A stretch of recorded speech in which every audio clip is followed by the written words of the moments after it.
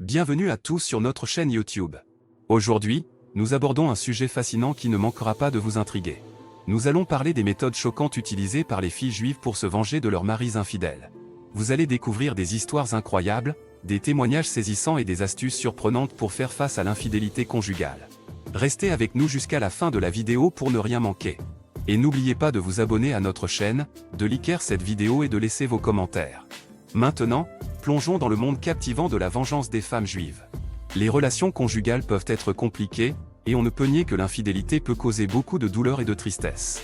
Pour certaines femmes juives, la trahison de leur mari peut être particulièrement difficile à accepter. Mais au lieu de rester les bras croisés et de laisser les choses se dérouler, certaines femmes ont trouvé des méthodes choquantes pour se venger de leurs maris infidèles. L'une des méthodes les plus controversées utilisées par certaines femmes juives est de recourir à la sorcellerie. Oui, vous avez bien lu. La sorcellerie, ou plus précisément la magie noire, est une pratique ancienne qui a été utilisée pour diverses raisons à travers les âges.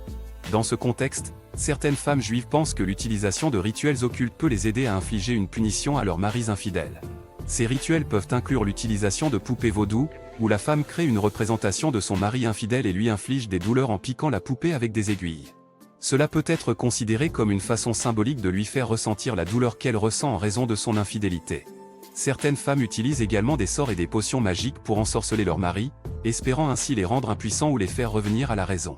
Bien sûr, il va sans dire que ces méthodes ne sont pas soutenues par la communauté juive dans son ensemble.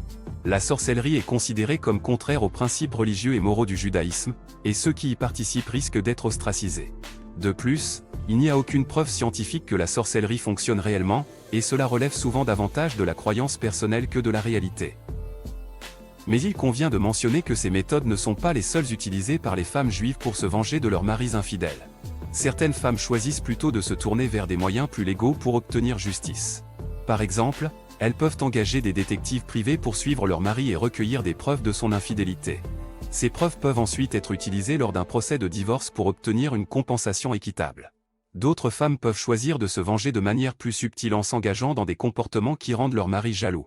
Elles peuvent sortir davantage avec leurs amis, s'habiller de manière plus séduisante ou même flirter ouvertement avec d'autres hommes. L'idée derrière cette stratégie est de faire ressentir à leur mari la même douleur qu'elles ont ressentie en raison de leur infidélité. Il est important de noter que ces méthodes ne sont pas nécessairement recommandées ou encouragées. La vengeance peut être une voie dangereuse qui peut exacerber les tensions et les conflits au sein du couple. Il est souvent préférable de chercher une résolution plus pacifique et plus constructive pour surmonter l'infidélité.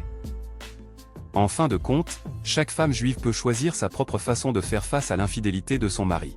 Certaines peuvent préférer laisser aller et pardonner, tandis que d'autres peuvent ressentir le besoin de se venger d'une manière ou d'une autre. Quelle que soit la méthode choisie, il est essentiel de trouver un moyen de guérir et de reconstruire sa vie après une trahison aussi douloureuse.